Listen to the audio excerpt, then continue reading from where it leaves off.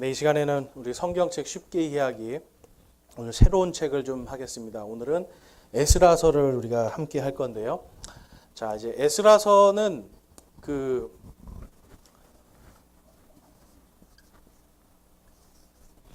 사람의 이름을 땄습니다. 에스라. 네. 그래서 에스라라고 하는 사람이 주인공이 되겠죠. 그런데 이제 실제로 보면 에스라만 있는 게 아니라 여기 이제 느헤미야라는 사람도 나와요. 그러니까 이 에스라서가 말하고자 하는 것이 이제 무엇인가를 우리가 좀 살펴보면 하나님께서는 자신의 백성들을 버리지 않으신다는 거예요. 여러분 이것을 믿으십니까? 하나님께서는 그분의 언약과 그분의 백성들을 결코 버리지 않으십니다. 여러분 이것이 하나님의 사랑이에요. 그러니까 하나님은요, 사랑에 있어서 완전하신 분이에요. 완전.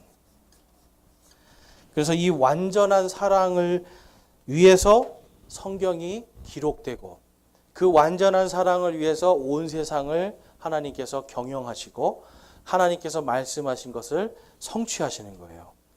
그래서 이 에스라서는 하나님의 언약이 결코 땅에 떨어지지 않고 하나님의 백성들을 하나님께서 결코 버리시지 않는 주 중의 주, 왕 중의 왕이시라는 것을 보여주는 것이 에스라서입니다.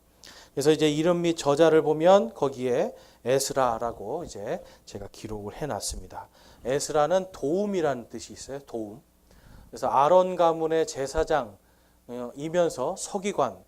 그러니까 여러분 어떤 사람이냐면 에스라는 굉장히 엘리트입니다, 여러분. 굉장히 똑똑한 사람이에요.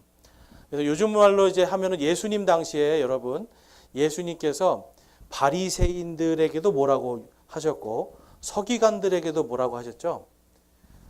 그 서기관들의 어떻게 보면 이제 서기관들 속에서 가장 존경받는 사람이 에스라예요. 그래서 서기관은 여러분 뭘 하는 사람이라고 제가 거기 기록해 놨나요? 서기관.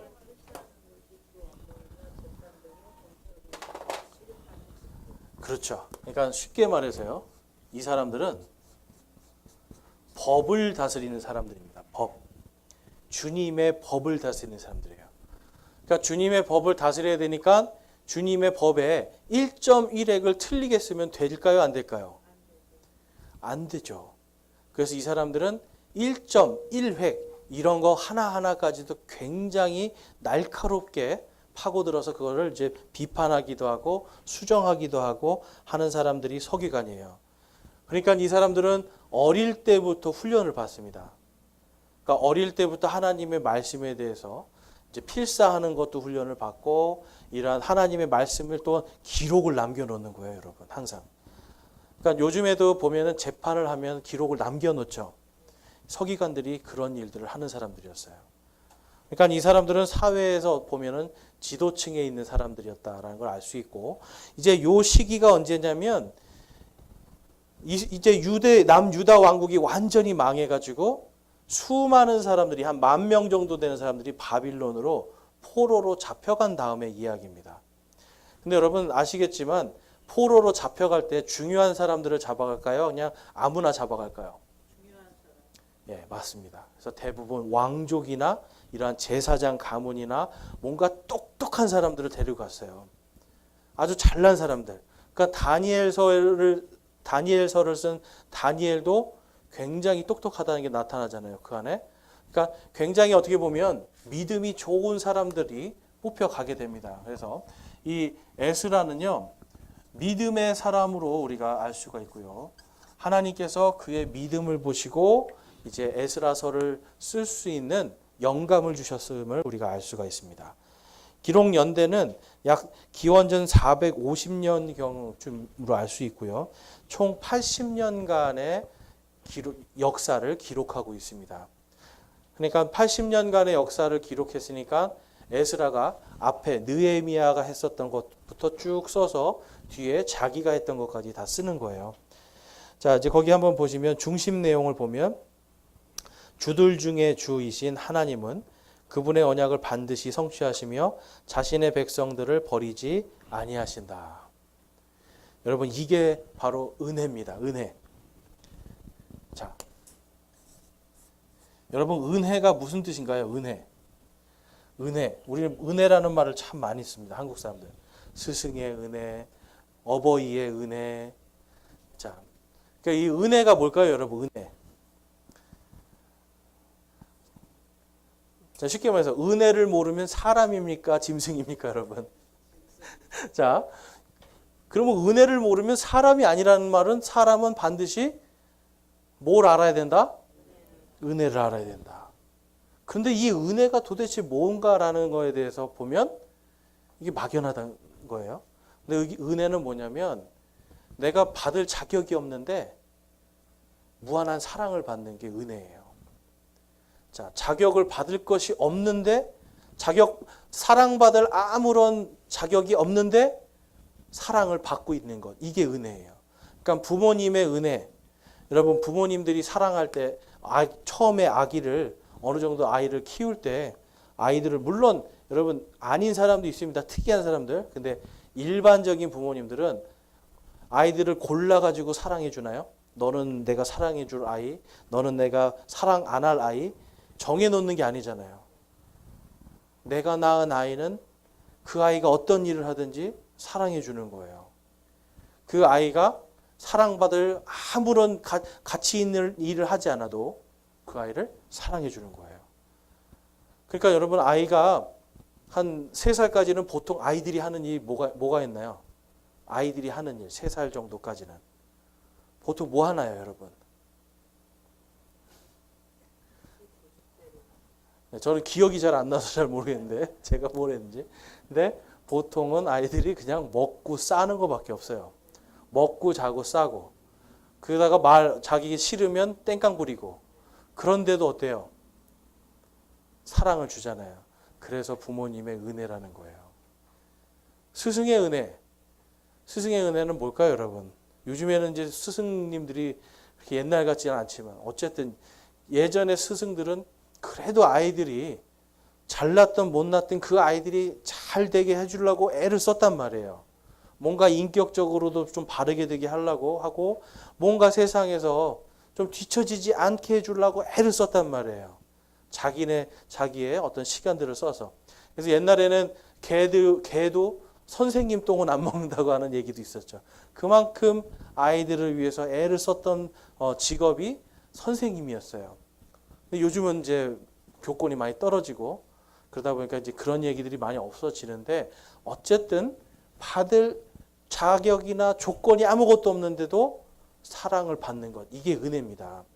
그러니까 저희에게는 지금 하나님께서 법을 정해 놓으신 게 뭐냐면 나는 백성들을 버리지 않겠다. 버리지 않겠다. 나는 너희들을 버리지 않겠다. 이거를 성경에 기록해 놓으셨기 때문에 하나님은 백성들이 그분 앞에서 아무것도 안 해도 그렇죠. 백성들이 배신하고 하나님 앞에 잘못한 게 많은데도 불구하고 하나님은 내가 너희를 결코 버리지 않겠다라고 하신 그 약속을 사랑으로 지키시는 거예요. 이게 은혜입니다, 여러분. 그러니까 구약부터 신약까지 창세기부터 요한계시록까지 전부 다 하나님의 은혜에 대한 이야기예요. 사실은. 자, 우리 에스라서 9장 9절 말씀 한번 같이 한번 읽어보겠습니다. 에스라서 거기 있는 스는 에스라서의 약자입니다. 자, 9장 9절 함께 읽어볼게요. 시작. 우리가 노예가 되었을지라도 우리 하나님께서 우리를 우리의 속박 가운데 버리지 아니하시고 오히려 페르시아 왕들의 눈앞에서 우리에게 긍휼을 베푸사 우리를 소생시키시며 우리 하나님의 집을 세우게 하시고 또 그것의 황폐함을 보수하게 하시며 유다와 예루살렘에서 우리에게 성벽을 주셨나이다. 아멘. 그 다음에 그 밑에 예레미야 애가를 보면요. 3장 31절에 우리 3장 31절만 예레미야 애가 3장 31절만 한번 같이 읽어보겠습니다. 시작. 주께서 영원토록 버리지 아니하시리라. 아멘. 자, 여러분. 버리지 아니하겠다라고 약속하신 거예요. 이게 은혜예요. 그러니까 신약 시대에 많은 어떤 교회들도 그렇고 여러분 이단들은 전부 다 은혜가 없어요. 은혜가. 왜 은혜가 없는 줄 아세요? 그들은 뭔가 하지 않으면 하나님이 자기를 사랑해 주지 않는다라고 배우는 거예요. 뭔가 요즘에 보니까 신천지는 요즘에 돈을 내는 순서대로 천국 간대요. 이제는 너무 사람이 많아져서 돈을 좀 많이 낸 사람 순서대로 천국에 간다는 거예요, 여러분. 그러니까 거기는 뭐예요? 하나님 앞에 제가 만약에 14만 4천 명인데 제가 14만 4천 등이에요. 그리고 만약에 자매님이 14만 4천 1등이에요. 그럼 이제 저는 간신히 들어갔는데 자매님은 턱걸이 하고 있어요. 근데 이거 안 되겠다. 내가 저 사람보다 100만 원 더 내야지 하고 마지막 순간에 100만 원 더 딱 내는 순간 어떻게 되는 거예요? 순서가 싹 바뀌면서 자매님은 구원받고 저는 바로 탈락, 지옥으로 떨어지는 거예요. 자, 여러분.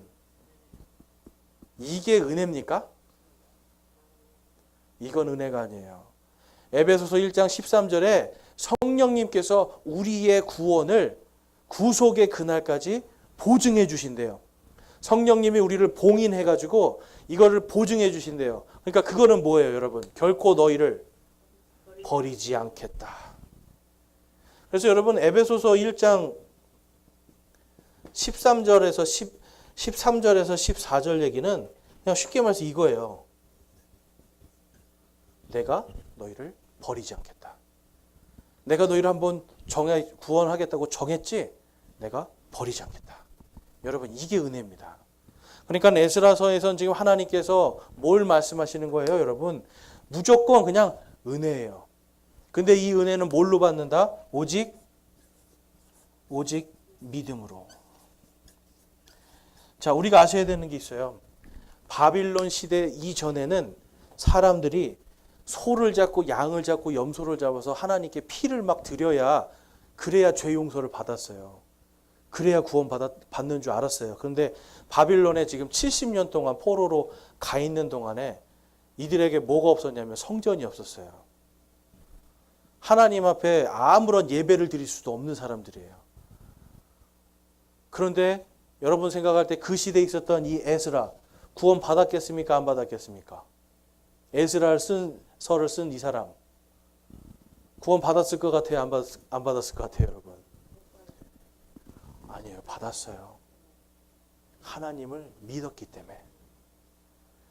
에스라서에 있었던 느헤미야 성전 아직 만들지도 않았고 아무런 희생헌물 드리지 않았거든요. 그러나 그는 이미 믿음으로 구원받은 거예요. 구약 시대에도 믿음에서 믿음까지 하나님께서 그 믿음으로 은혜를 주시는 거예요. 그래서 신명기 6장 5절 말씀에서 너희는 마음을 다하고 혼을 다하고 힘을 다하여 주 내 하나님을 사랑하라. 여러분 주 내 하나님을 사랑하라가 뭐예요? 그게 바로 여러분 믿음이에요. 믿음. 너희는 오직 믿음으로만 구원받는다. 그러면 믿는 자는 하나님께서 버리신다, 버리지 아니하신다? 아멘. 버리지 아니하시는 거예요. 그러니까 여러분 이 에스라서가 우리에게 굉장히 중요한 책인 걸 아시겠죠? 그리고 구약시대 사람들에게도 이게 복음서예요. 복음. 하나님은 결코 버리시지 않는다. 그러니까 죄를 짓고 하나님 앞에 뭔가 범죄했으면 얼른 회개하고 믿음으로 빨리 돌아가라는 거예요. 그러면 하나님께서 지금 여기 보니까 이 에스라서 9장 9절에서 뭐라고 그래요? 여러분 우리를 소생시키시고 하나님의 집을 세우게 하시고. 여러분 이 사람들이 성전을 세울 때 자기네들의 힘으로 세우는 게 아니에요. 하나님께서 페르시아 왕의 마음을 움직이시는 거예요. 페르시아라고 하는 이 대제국의 왕이 갑자기 하나님을 찬양하면서 너네들 빨리 돌아가서 성전 만들어. 여러분 이게 불가능한 일 아닙니까? 식민지가 지금 돼가지고 이 사람들 어떻게든지 종으로 써야 돼요. 종으로 써야 되고 성경에 보니까 너희가 잡혀가서 내시가 될 거라고 써 있어요. 그러니까 이 사람들이 여러분 돌려보내는 게 맞아요? 아니면 계속 데리고 있으면서 종으로 부리는 게 나아요? 그렇죠. 페르시아 사람들 입장에서는 종으로 부리는 게 나아요. 그런데 페르시아 왕이 지금 사람들이 쉽게 말해서 자기들의 종으로 부리던 그 사람들을 왕의 명령으로 다 자기네 나라로 보내버려서 그리고 또 왕이 성전 기물들도 다시 다 주고 거기서 건축할 수 있는 거 다 대주면서 야 성전 너네 짓고 성벽도 다시 만들어. 여러분 이거는 전 인류 역사상 한 번도 없었던 얘기예요. 하나님께서 하지 않으면 하실 수 없는데 그 역사가 에스라서에 기록이 되어 있습니다. 자, 그래서 주요 인물을 보면 페르시아의 고레스 대왕, 그 다음에 아닥사스다 왕, 그리고 스룹바벨, 에스라, 학계, 스가랴 이러한 사람들이 있는 거예요. 자, 근데 이제 거기서 주요 인물 중에 우리가 고레스라는 사람을 오늘 좀 살펴보겠습니다. 이 고레스라는 사람 키루스 2세라고 하는데요.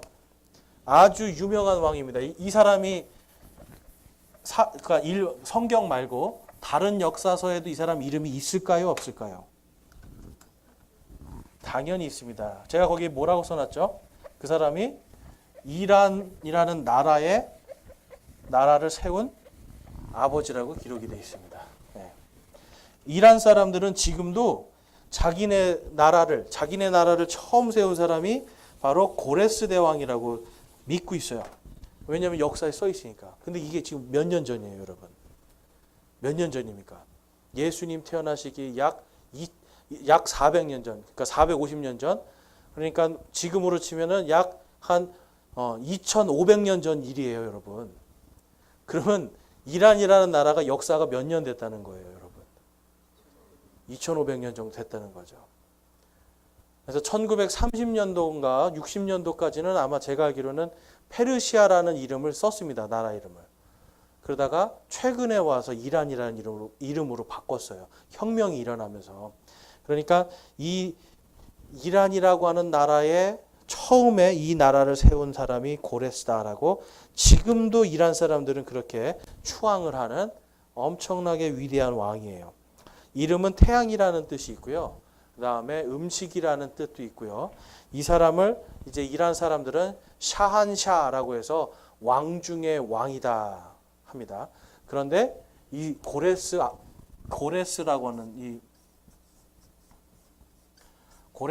하는 사람 뒤에는 항상 영어로 더 그레이트라는 단어를 써요.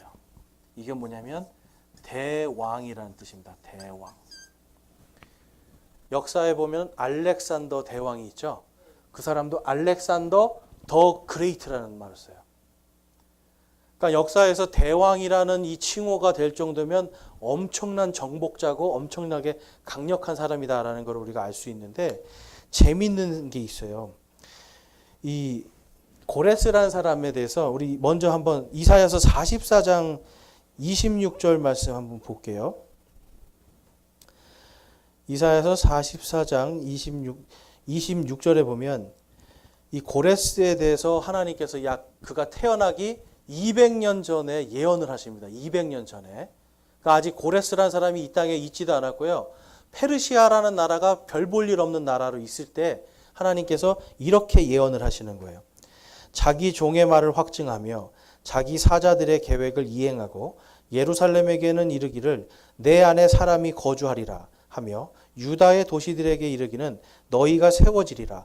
내가 그것들의 무너진 곳을 일으켜 세우리라. 우리 28절 말씀 한번 같이 읽어보겠습니다. 고레스에 대하여는 이르기를 그는 내 목자라.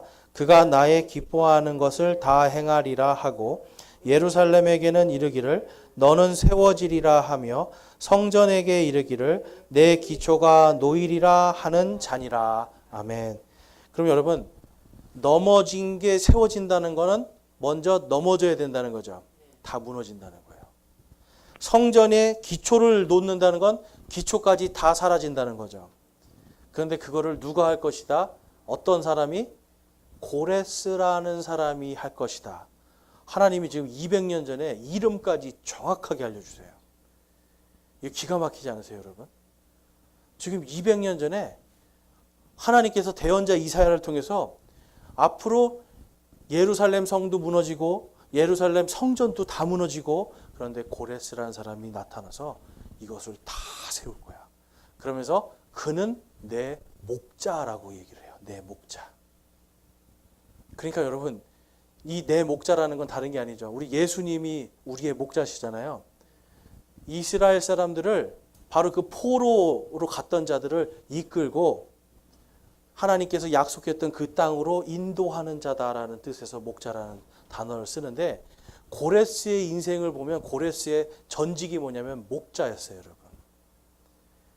이게 역사책에 들어가 보니까 얼마나 재밌는 이야기가 있냐면, 여러분 이게 정말 하나님께서 이방인인데도 그렇게 역사하는 걸 볼 수 있는데, 원래 이 고레스의 엄마는 그 메데라고 하는 나라의 공주였습니다. 만다네라고 하는 공주인데, 이 공주가 어느 날 꿈을 꾼 거예요. 근데 아주 희한한 꿈을 꿨어요. 결혼하기 전에는 무슨 꿈을 꿨냐면, 자기가 아버지 제가 꿈을 꿨는데요, 제가 오줌을 넣었는데 소변을 봤는데 이 소변이 온 아시아를 다 덮더이다. 그랬더니 아버지가 깜짝 놀란 거예요. 이거 심상치 않은데? 그래서 꿈 해몽가들한테 딱 얘기합니다. 이게 무슨 꿈이냐? 그랬더니 이 만다네가에서 태어나는 아들이 있는데 그 아들이 왕을 죽일 겁니다. 역적이 될 겁니다. 그리고선 온 아시아를 점령하게 될 겁니다. 라고 딱 꿈 해몽을 해요. 그러니까 이 아버지가요, 거기 보면 제가 이름이 아스티아게스라는 왕이에요. 아스티아게스. 유명한 왕입니다. 아주 강력한 왕인데, 이 사람이 자기 딸인데도 여러분, 딸이 미웠던 거예요. 그래서 페르시아에 있는 어떤 귀족에게, 이 캄비세스라고 하는 귀족에게 시집을 보냅니다. 왜 그럴까요? 도저히 그 사람은 왕이 될 수 없는 사람이었어요. 캄비세스가 그 당시에로는. 그래서 둘이 결혼을 했는데 아들을 이제 딱 임신을 했어요. 임신을 했는데 또 꿈을 꿔요. 또 꿈을 꿨는데 뭐냐면, 이 딸의 이 다리 사이에서 갑자기 포도나무가 쫙 자라는데, 이 포도나무가 온 아시아를 다 덮어버리는 거예요. 열매로. 그러니까 이제 이 왕이, 야, 이거 큰일 났다. 그러면 아들을 낳으면 죽여버려라. 그런데 진짜 이 만다네가 아들을 낳았어요. 그래서 신하가 그 아이를 죽이러 가다가 양심에 찔린 거예요. 그래서 누구한테 맡기냐면 목동한테 그 아이를 맡깁니다. 그래서 고레스는요, 자기가 왕자인지도 모르고 자기가 왕족인지도 모르고 10살 때까지 목동 일을 하면서 살았어요. 목동 일을 하면서 살면서 어느 날 어떤 그 귀족 아이하고 어떤 일이 있었는데 이 아이가 지지 않는 거예요. 그래서 가만히 봤더니 이상하다, 누굴 닮았다 해서 알아봤더니 딱 만다네의 아들이었던 게 딱 들통난 거예요. 그래서 그때부터 죽일 수는 없고, 그래서 왕궁에서 키웠는데, 정말 이 고레스가요, 그 꿈대로 돼요. 자기 할아버지를 몰아내버립니다. 영모를 꾸면서 몰아내고, 그래서 페르시아하고 이 메데와 페르시아라고 하는 이 두 나라를 다 통치하는 왕이 돼버려요. 그리고 나서는 이때까지만 해도 그렇게 큰 왕이 아니었는데, 당시에 가장 강력했던 이 바빌론이라는 나라, 다니엘서 5장에 보면은 그 벨사살이라는 사람이 딱 하나님의 성전에서 쓰던 잔을 가지고 술을 마시는데, 하나님의 손이 딱 나타나서 벽에다가 메네 데겔 우바르신이라는 글씨를 하나님의 손이 나와서 딱 쓰니까, 우와, 이게 어떻게 된 거야 막 그랬는데, 다니엘이 얘기해요. 이제 메데라고 하는 나라가 당신을, 이 나라를 멸망시킬 겁니다. 그 벨사살이 여러분 정신이 나간 게, 그걸 듣고는 빨리 아이고 큰일 났구나 해야 되는데, 야, 다니엘은 역시 꿈을 뭐든지 잘하는구나 하면서 다니엘을 칭찬해주고, 그날 하루아침에 바빌론이라는 나라가 망해버립니다. 여러분, 바빌론이라는 나라를 하룻밤 만에 망하는 거예요. 그 나라가. 하나님께서 고레스를 그렇게 세우신 거예요. 큰 전쟁한 것도 아니고, 딱 그냥 벨사살이라고 하는 왕이 딱 죽으면서 그냥 바빌론이라는 나라가 사라져 버려요. 그러면서 고레스가 딱 등장하면서 그의 아버지도 위대한 왕이 되고 그의 어머니도 위대한 여왕이 돼서 이 페르시아라는 나라가 딱 세워지는 거예요. 근데 여러분, 이걸 하나님께서 이미 200년 전에 예언을 하시는 거죠. 앞으로 고레스라는 사람이 그것을 할 것이다. 그래서 이 고레스가 바로 그 일을 합니다. 그래서 이 고레스가 스룹바벨이라는 사람을 보내는 거예요. 거기 보면 스룹바벨이라는 이름이 나오죠. 뜻은 바빌론의 후손, 바빌론에 뿌려진 씨 이런 뜻이 있어요. 그래서 이 사람이 솔로몬 성전이 무너진 지 70년 만에 고레스 대왕이 가라, 스룹바벨 너하고 느헤미야하고 몇 명 데리고 가라, 가서 성전을 세워라. 그런데 그냥 가지 말고 자 봤더니 바빌론 제국에서 훔쳐왔던, 훔쳐온 게 아니죠. 강제로 가지고 온 하나님의 성전의 모든 기물들을 내가 다 줄 테니 이거를 다 가지고 가라. 여러분 기가 막히지 않습니까? 하나님의 성전에서 쓰던 기물들이 단 하나도 사라지지 않고 바빌론의 창고에 있다가 그게 그대로 페르시아가 인수만 한 거예요. 인수. 그래서 그걸 가지고 있다가 지금 성전 세울 때 스룹바벨을 통해서 보내줘요. 하나님께서. 그래서 스룹바벨을 통해서 이 솔로몬 성전이 무너진 지 70년 만에 제2성전이 세워집니다. 그래서 이제 우리가 아셔야 되는 게 제1성전이라고 우리가 불러요. 요거는 솔로몬 성전이라고 부릅니다. 솔로몬. 그래서 솔로몬 성전이 있고요. 요게 이제 무너졌어요. 그 다음에 70년 만에 제2성전이 들어서요. 요걸 뭐라고 부른다고 제가 거기 써놨죠? 제2성전을 스룹바벨 성전이라고 부릅니다. 그 스룹바벨이라는 이름이 중요한 이름이에요, 여러분.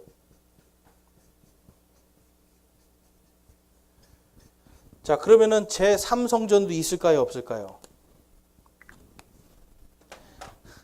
제3성전은 예수님이 오실 때 다시 세워집니다. 근데 예수님 당시에 성전이 있었어요, 없었어요? 있었어요.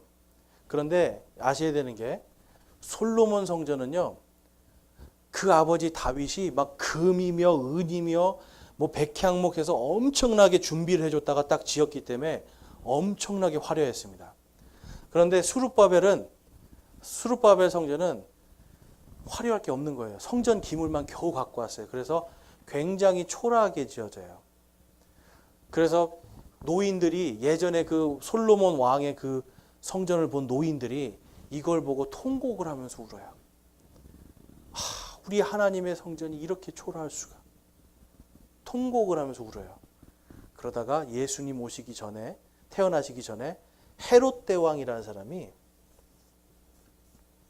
자, 헤롯 대왕이면 어떤 사람인가요? 이 사람이 헤롯. 이 사람이 동방에서 온 세 사람을 만난 사람이에요. 동방박사 세 사람 만나서 예수님이 태어났다는 걸 듣고 그 다음에 2살 이하의 아이들을 다 죽여라 명령했던 사람이 헤롯 대왕이에요. 대왕. 헤롯이 여러 명이 있습니다. 근데 그 중에 헤롯 대왕.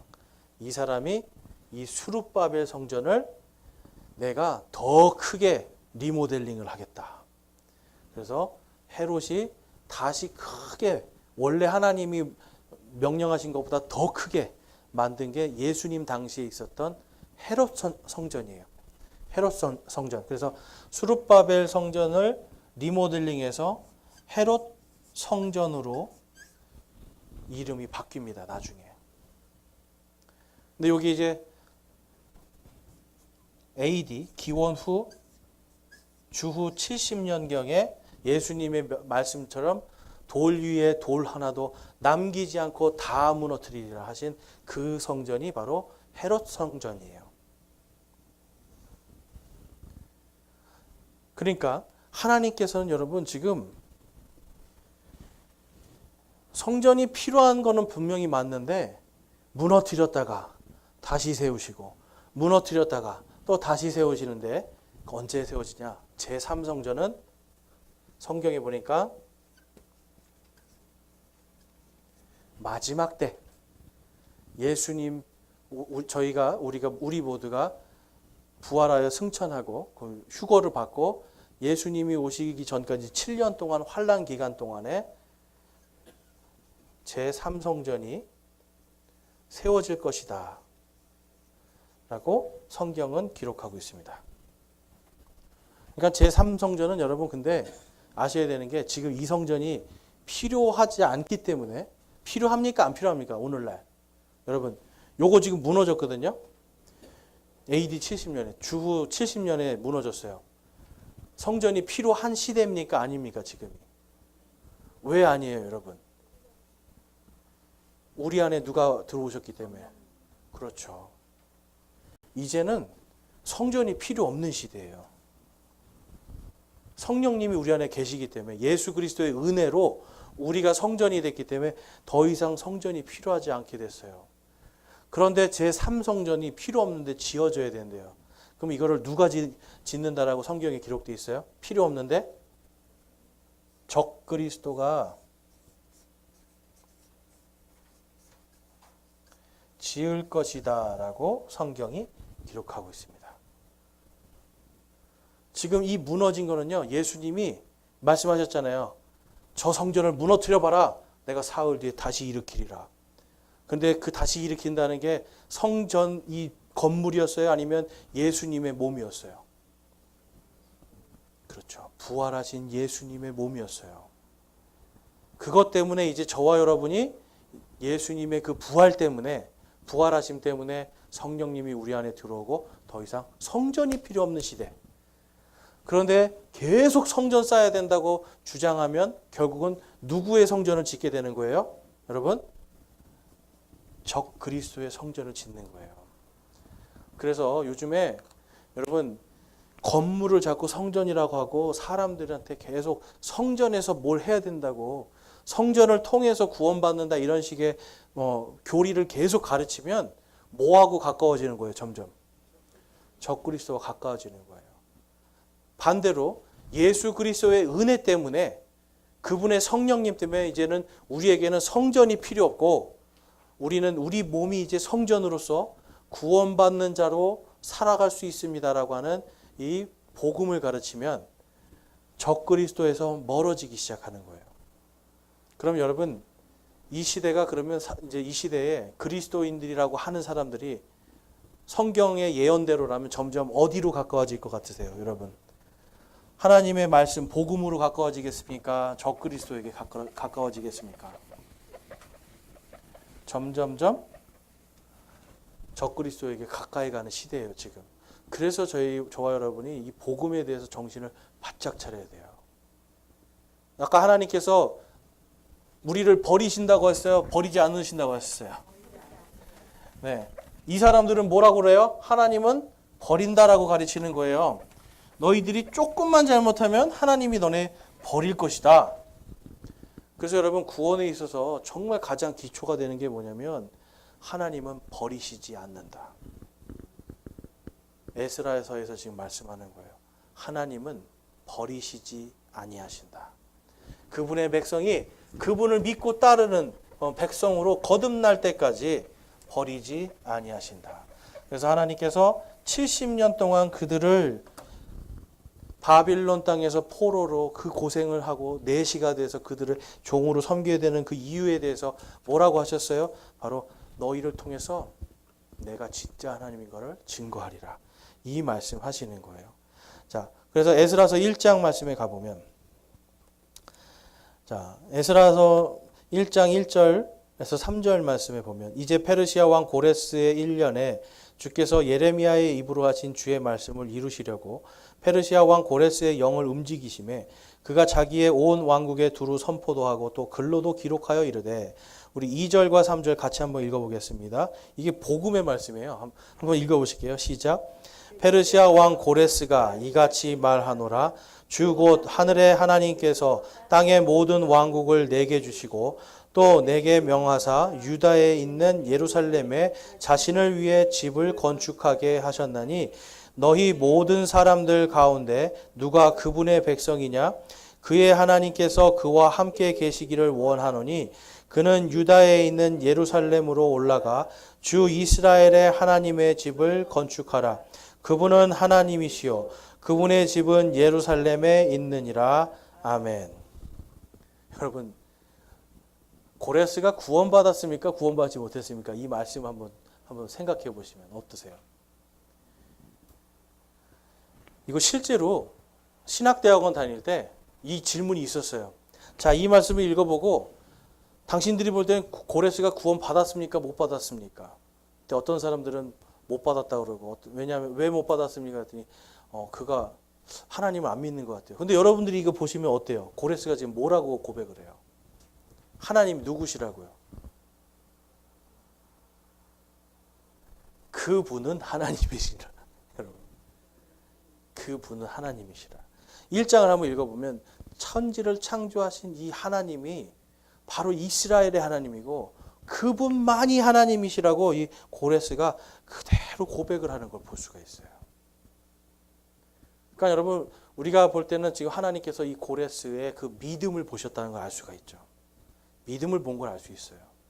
그래서 고레스는 내 목자고, 다시 말해서 고레스를 통해서 너희를 다시 이 땅으로 보내리라. 그럼 여러분, 마지막 때 예수님께서 교회에게 명령하신 명령이 뭐예요, 여러분? 교회에게 명령하신 것. 너희들은 모든 민족들에게 가서 그들을 가르치고 아버지와 아들과 성령의 이름으로 그들에게 침례를 주고 내가 너희들에게 가르친 모든 것을 지켜 행하게 하라. 볼지어다 세상 끝날까지 내가 너희와 함께하리라. 땅끝까지 복음을 전하라고 말씀하셨어요. 그럼 여러분, 그 땅끝이 어딜까요? 땅끝. 지구가 여러분 네모났습니까? 동그랗습니까? 동그랗죠. 어떤 사람은 그래요. 동그랗기 때문에 우리가 있는 여기가 땅끝이라는 분도 있어요. 그런데 여러분, 이 땅끝이라는 말은 뭐냐면 온 세상 모든 민족들에게라는 뜻이 되고, 마지막에 성경에 보니까 너희들에게 더듬는 입술들로 내가 말하리라 말씀해요. 더듬는 입술을, 그것 때문에 이제 방언이라는 게 터지는 거예요. 이 성경에서, 사도행전에서. 뭐냐면 그 예언 때문에. 뭐냐면 여러분, 저와 여러분이 이 유대인들의 말, 이스라엘 말을 할 수 있습니까? 없습니까? 없죠. 그런데 만약에 우리가 복음에 대해서 요한복음 3장 16절만 히브리 말로 외워가지고 나가면 할 수 있습니까? 없습니까? 있죠. 말씀을 이방인들이 와서 너희에게 선포할 거에 대한 하나님이 예언을 하셨어요.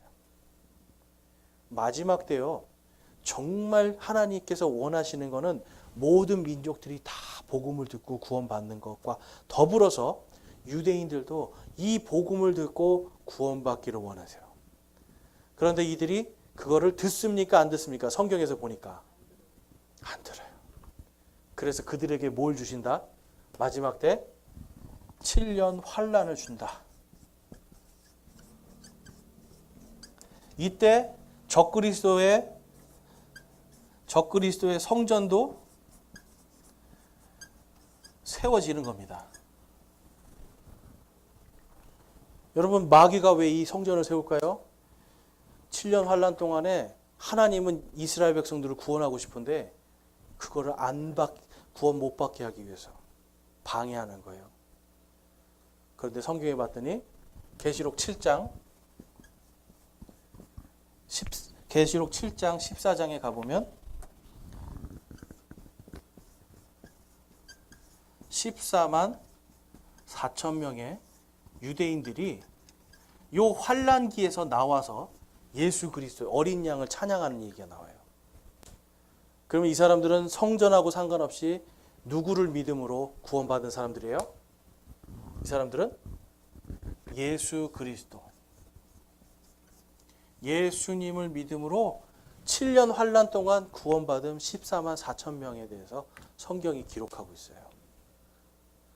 그러니까 이 14만 4천 명은 우리 지금 이 시대에 교회를 다니는 우리 성도들이 여기 들어갈 이유도 없고요. 이 14만 4천 명에 해당도 안 돼요.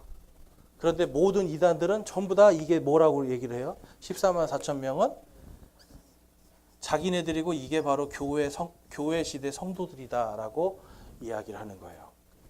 그러니까 결국은 뭘 얘기하냐면 너희들이 오늘 구원받았다고 해도 내일 헌금 안 내면 구원 취소야.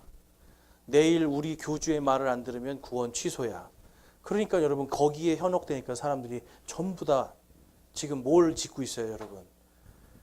건물에다가 그냥 사람들이 돈 내면서 하나님의 교회는 어디라는 그 이단들은 여러분 어디 가나 큰 건물 세웁니다. 왜 그래요? 그게 성전이라고 생각하니까. 그러니까 여러분 건물에 뭔가 자꾸 의미를 두고 건물에다가 자꾸 어떤 복음의 어떤 그런 걸 건물로 하는 사람들은 건축 헌금 내고 구원받는다고 하는 이런 사람들은 전부 다 여러분 마지막 때 적그리스도의 성전에 기초를 놔주는 사람들이에요, 여러분. 그러니까 저와 여러분이 이 에스라서를 통해서 분명히 아셔야 되는 건 하나님은 우리를 결코 버리지 아니하신다. 이것이 은혜입니다. 구원받은 하나님께서 구원하시기로 작정한 예수 그리스도를 믿고 성령께서 봉인하시고 보증하는 모든 성도들은 하나님께서 결코 버리지 아니하신다. 자, 여러분 우리 가슴에 손을 얹고 한번 따라해 보겠습니다. 하나님은 나를 결코 버리지 아니하신다. 아멘. 어떠세요, 여러분? 마음이 좀 이렇게 좀 무슨 감동이 있으세요? 네? 그냥 그런가 보다 그러시는 거예요? 아니면 하나님이 나를 안 버리신다니까 뭐 감동이 있으세요, 여러분? 이 감동이 있으셔야 돼요. 저와 여러분이 하나님 앞에 부끄러운 것밖에 없는데 그래도 안 버리신대요. 이게 은혜입니다. 우리 다 같이 은혜를 생각하면서 우리 오늘 강의는 여기까지 마치겠습니다. 나머지는 우리 다음 시간에 계속해서 하겠습니다. 기도하겠습니다. 하나님 감사합니다. 저희를 결코 버리지 아니하시는 주님의 은혜와 사랑 다시 한번 저희들이 에스라서를 통해서 묵상합니다. 하나님 저희들이 정말 이 땅을 살아가면서 바로 저희를 결코 버리지 아니하시는 그 은혜의 복음을 날마다 묵상하고 이 땅에 많은 사람들이 이 은혜의 복음에서 떨어져 나가고 진리에서 떨어져 나가고 진리에 관심도 없고 진리를 배우나 늘 배우나 진리에 이르지 못하는 이러한 안타까운 시대에 하나님 저희들은 이것을 듣고 구원받게 해주심에 감사를 드립니다. 하나님 받은 이 은혜를 예수님의 명령에 순종하여 이 땅에서 또한 전할 수 있는 저와 우리 모든 성도들 되게 하여 주시옵소서. 주님께서 저희의 마음에 이 복음의 불을 하나님 이 복음의 이 씨앗을 이 땅에서 하나님 온전히 뿌릴 수 있는 자들이 되게 하여 주시옵소서. 그래서 어떤 사람에게도 그 믿음으로 구원받는 이 복음을 저희들이 담대하게 전할 수 있도록 인도하여 주시옵소서. 우리 주 예수 그리스도의 이름으로 기도드렸사옵나이다. 아멘.